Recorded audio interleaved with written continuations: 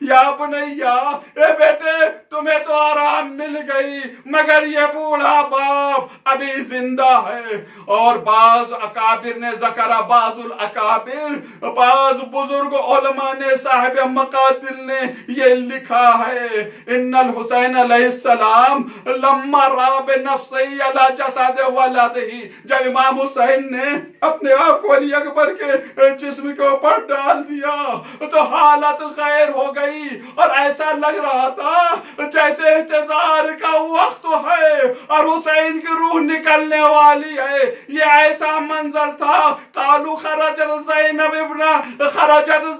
ابنت علی، کہ زینب نکلی، دختر علی نکلی جلدی سے، اور یہ آواز دے رہی تھی، یا حبیبہ یا سمرتا فوا، اے میرے حبیب، اے میرے دل کے پھل کہاں ہو؟ جلدی سے امام حسین کے پاس آئی۔ بہن نے اپنے آپ کو بھائی کے اوپر ڈال دیا، حسین نے دیکھا تو روئے اور فرمایا انا للہ و انا الیہ راجعون۔ زینب کا ہاتھ پکڑا، بہن خیمے میں چلو، بچے بھی آ گئے تھے، آواز دی، اے بنی ہاشم کے بچوں، احملوا اخاکم، اپنے بھائی کو خیمے میں لے جاؤ۔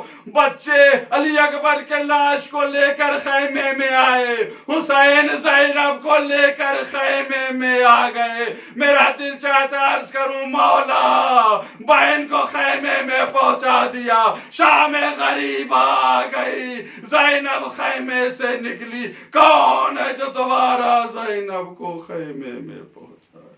سیعلم الذین ظلموا یوم القیامۃ، انا للہ و انا الیہ